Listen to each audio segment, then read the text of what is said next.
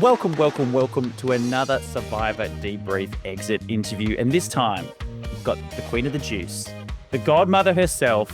And just recently, I found out that she also earns Betty's Burgers. A nice little tidbit there as well. We're so happy to be chatting to her today. She had a fantastic journey in the show. It's Janine. How are you going, Janine?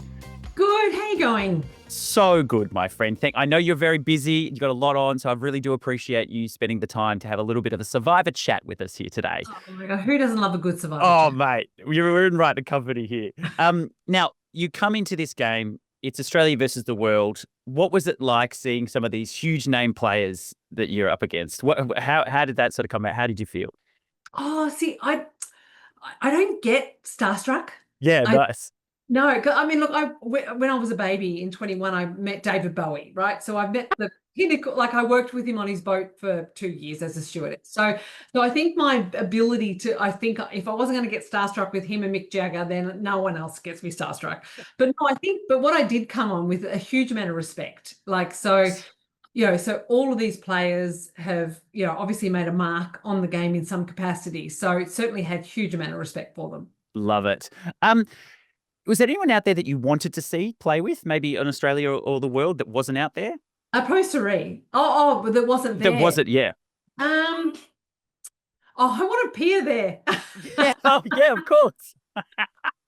I wanted her there because she was a really good sleeping buddy. I needed someone to sleep with. Oh, And she was this great. is so true. Because you did have a lot of connections out there. Like initially you came out there looking around, you're like, oh, we've played together, we know each other, we're friends and everything like that. Do you think that ultimately helped or hindered your game, having all these connections? Look, always both. It's never positive, negative. So if David, I burned, like I was probably one of the orchestrators to get rid of David. Whoops. And Lucky got me. So there was, and in Survivor that you go, oh no, it's fine, no problem. Really deep down, you go, you little person, you little bugger. So I think that yes, we kind of know each other, but equally, it didn't pan out for David, did it? So, and he had more connections than everyone in there, and it didn't quite work out for him. So, it doesn't always work out. I think the only thing that, someone like Luke, I knew the type of person he was. And so, but I think that even if I hadn't worked with Luke before, we probably would have still connected because you can kind of get the sense of the man. Yeah, 100%. Yes. No, love it. Now, your game for me watching it really kicked into gear at about the halfway point into the show. Yeah. And was that a conscious effort? Were you like, okay, I need to start pulling some things now. I need to start doing. Was that conscious? Yeah, I'm more of a subtle player. Oh, 100%. Yeah. I don't play I don't get a big bat and a bomb and blow things up. I sort of go, all right, I look at where I'm going. I really listen to people. I'm a real listener and I work it out. The first half, you've got to think about the players. You've got George, who's huge. You've got David, you've got Kirby, you've got all of these ginormous players and everyone's throwing names out everywhere, right? So you just need to just go listen. You know what name you want to put out there and you wait until that name comes out and you agree with it. So you don't put the names out, right? So I was very conscious of not doing that for the first part. And because in fairness, I mean, sure, I'm doing stuff like everyone else, but because there were such big players, you're not seeing the subtleties because you didn't need to as a TV show. You didn't need to see the subtleties because there was so much good content in the big playing. Yeah, 100%. But I do want to. Yeah, so you go. No, you go. No, I was just going to say, just to pinpoint some of those ones that I really enjoyed. So obviously, I think you burning Sarah to Kirby was brilliant. I know Sarah had issues with it, but I actually think that worked really well for you ultimately because you went in there. And then I feel like you take the credit for the Kirby vote off. I feel like your conversation with s11e, that was the seed. That was the relationship that you built there. That was fantastic. And splitting up from Luke in that vote, I think was really important as well. And having that division so you could come back to that. Looking at some of these moves and your relationship building to pull off these moves, what was your sort of proudest move out there? What were you most happy with?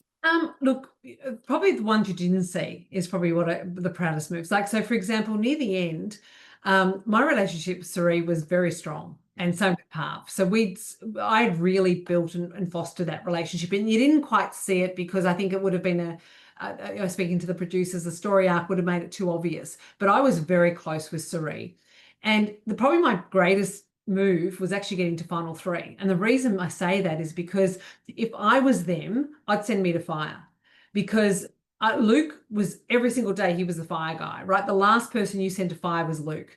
And me, I'm not as good at fire. I can make one, but if under pressure, I think I would have choked. And so I needed to make sure I convinced Suri and Parvati that I was voting Luke, and I worked very hard on that. Because and so I felt, even at the final challenge, I felt completely safe that I was going to final three. Because of the work I did. So probably my best move was actually to convince them that I was voting for Luke, that I was voting for Luke. Yeah, so they would jump on, not turn on you. That's Correct. really good. Because if they voted for me, which if I was them, I would have, then that Suri would have had a better chance of getting to final three. Yeah, love it. See all these little things going on. Like it's just this is why we love Survivor so much.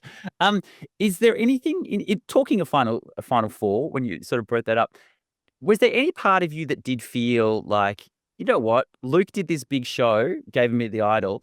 It's sort of be a badass boss move to then burn him. And do you think the jury would have respected that at the final at the final three and gone like, wow, Janine, really, the godmother came out full bore and she cut Luke at the end. And then you've got Luke on the jury, and does Luke then sort of say, yeah, Janine, good on you. Like, you did a really good job.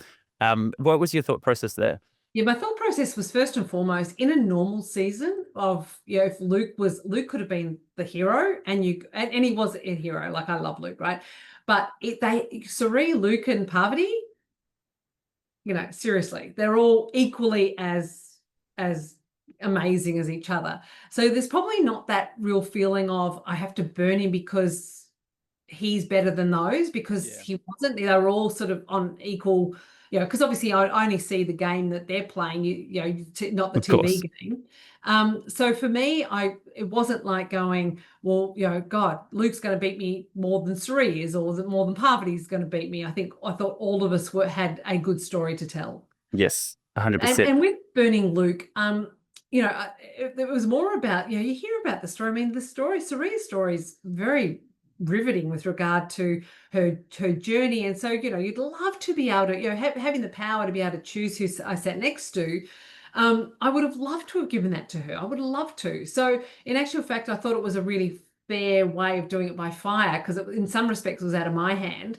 And if Luke lost, then that was the survivor gods sort of at play, not me. So I thought that was a fitting way of sort of deciding. Yeah. If you did, I was just thinking, if you did want to go with sort of Luke to the end, why not jump with Shani at that point with three of you guys, and then take out Suri, then take out Pav? What about that? Really good question, right? But the problem with Shani was, I played with her for 14 to 16 days, whatever, in the island. Every day she wanted to get me, right? So, and every day I wanted to get her. So it got down to trust. Like, I could trust what Luke was going to do. I could not trust Shani. Yeah. Because if she had a free shot, she would have taken it. And equally so did I, right?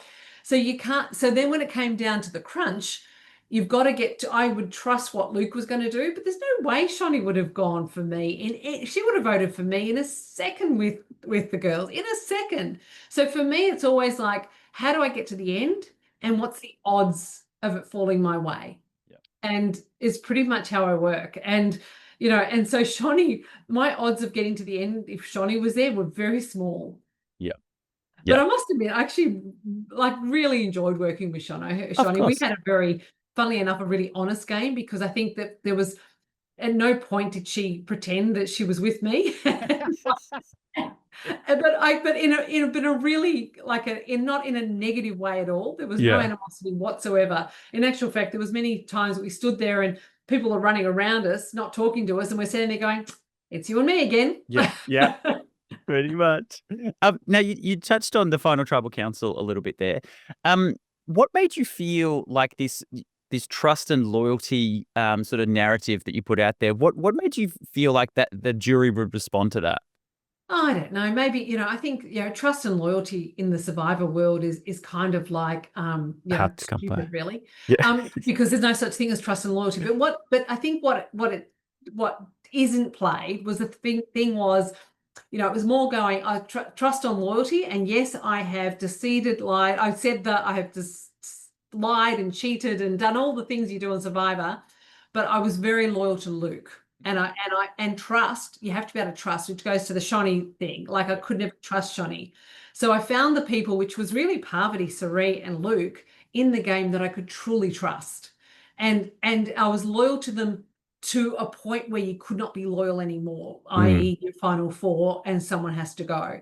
So that was probably, and obviously these speeches go for 20 minutes, right? And you get 2 minutes. So you didn't hear about, the fact that I had to really work hard on Sari to convince her that it was going to be Luke. You don't hear, I said that if I won, I'd give all the money away to charity, right?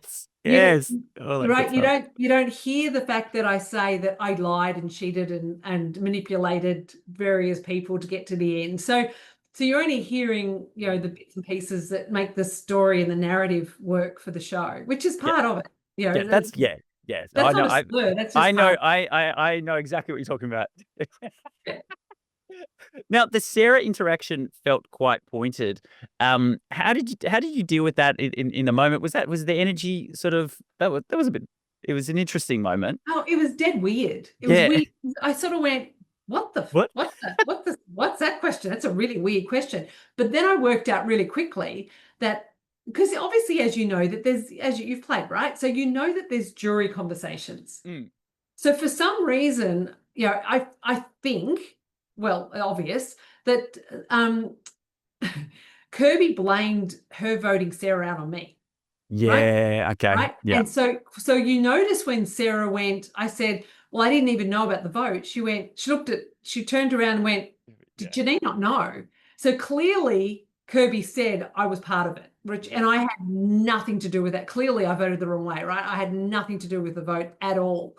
And I think Sarah had it, and she mentioned it later. She had an aha moment of, oh, hang on, I think I've just asked a question, but I've actually got misinformation to actually ask that question. And what you didn't notice, which I did cut out, I said to them, well, Kirby's not one to be told what to do. I mean, if she's that easily influenced by me saying that, well, seriously, she's a better player than that, isn't she?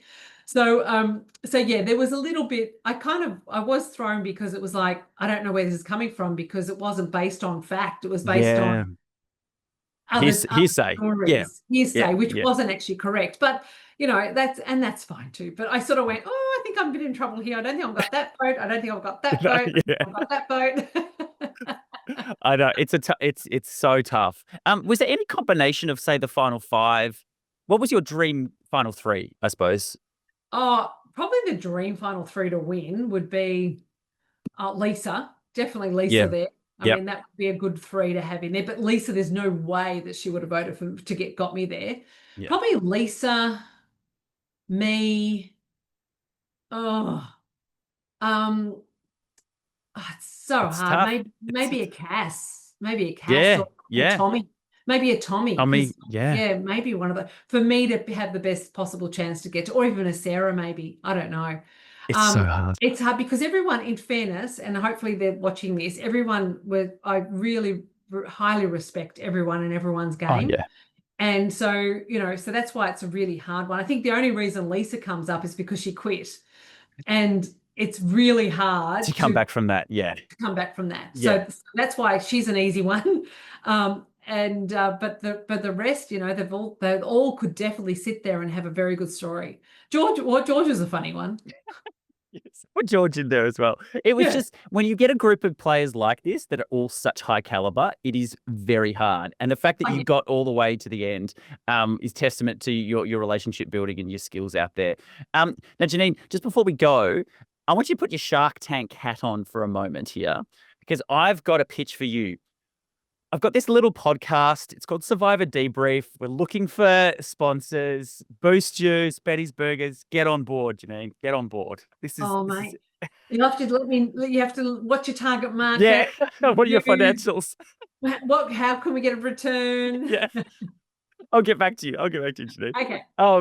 But thank you so much for having a chat. Anyone, if they did this again, who would you like to see representing Australia? Oh. I reckon you'd be really Oh, fun. You'd be really fun in there. thanks, Janine. Yeah. Very nice of you, my friend. Yeah. Oh, look, I'm terrible with remembering names. I'm sort of going, oh, that guy there and that girl there, and yeah, it's a hard one. It's But so I do hard. think what I do think though that they've definitely got some great talent to be able to easily do quite a few Australia versus Oh, there's so many good players England out there. or Yeah. So and maybe we can do America next time in full. That would be awesome. Finally, I love movies. What's your favorite movie, Janine? Oh, I know it's corny. But Love Actually. Oh, Love Actually. Brilliant. So good. A classic Yeah. there from a And classic I also survival like player. apocalyptic vampire movies too, which is a bit weird. Oh, well, one day those genres might merge for the perfect know. Janine film, my friend. Exactly. Thank you so much. So lovely to chat to you. Loved watching you play out there, and congratulations. Thanks heaps. Bye. See you, bye.